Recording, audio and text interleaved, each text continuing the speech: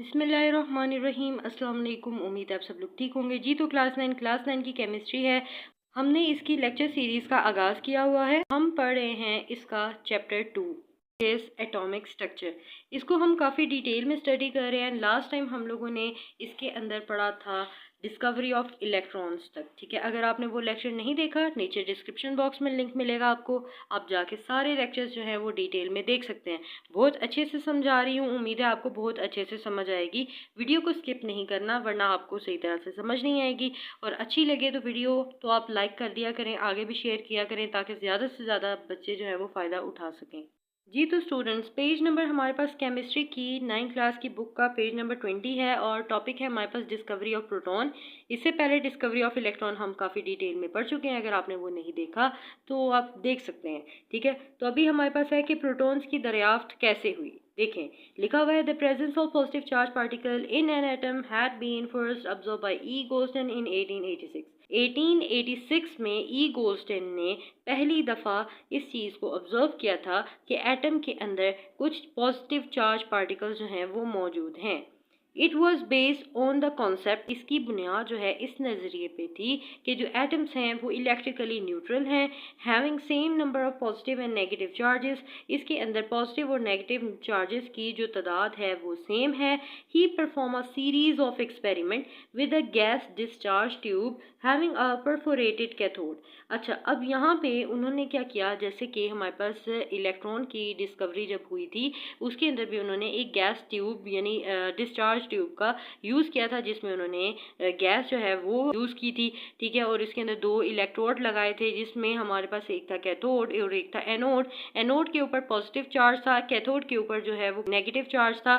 ठीक है, लेकिन जो कैथोड थी उसके अंदर सुराख नहीं था। लेकिन इसमें हमारे पास जो प्रोटॉन की डिस्कवरी के अंदर हम लोग कैथोड यूज़ कर रहे हैं वो है जी परफोरेटेड कैथोड, यानी ऐसा कैथोड जिसके अंदर सुराख हैं। इसके ऊपर साइन अभी भी नेगेटिव होगा, चार्ज अभी भी इसके ऊपर नेगेटिव होगा। इसको बैटरी की नेगेटिव साइड के साथ कनेक्ट किया हुआ है, जबकि एनोड को पॉजिटिव साइड के साथ कनेक्ट किया हुआ है जैसे कि पिछली वाली में था। ठीक है, सिर्फ इसमें डिफरेंस ये है कि इसमें जो कैथोड हम यूज़ कर रहे हैं वो है परफोरेटेड। होता क्या है इसमें, कहते हैं a new type of raise were produce from the anode which move toward the cathode. अब हो यहाँ पे कुछ इस तरह से रहा था कि जो रेस हैं पहले कैथोड से निकल रही थी और एनोड की तरफ जा रही थी, और जब वो एनोड की तरफ जा रही थी तो वो एनोड की बैक साइड पे जाके जब जो डिस्चार्ज ट्यूब थी इसकी वॉल के साथ वो टकराती थी तो एक ग्लो जो है ना वो पैदा होता था। ठीक है, यानी ग्लो होता था ना वॉल। अब ये हो रहा था कि जैसे ही ये रेज जो हैं वो निकल रही थी कैथोड से और एनोड की तरफ जा रही थी, और अब एनोड की तरफ से भी कुछ जो रेज हैं वो जा रही थी और इस कैथोड से जो है वो क्रॉस करके यानी इन सुराहों से निकल कर ये कैथोड की बैक साइड पे जाके हिट कर रही थी। ठीक है, अब ये जो रेज थी he call these new rays as a canal rays और एनोड रेज। यानी अब ये जो रेज न्यू निकल रही थी उन्होंने इसको क्या नाम दिया, एनोड रेज या फिर कैनॉल रेज का नाम दिया। अब आगे देखते हैं। अब लिखा हुआ है जी the properties of these rays seem to vary depending on the gas use in this discharge tube. अच्छा, पहले की तरह इसमें भी गैस थी। ठीक है, इसमें भी गैस थी, इसमें भी वैक्यूम पंप था, सारा कुछ वही था, सिर्फ इसमें कैथोड का डिफरेंस था।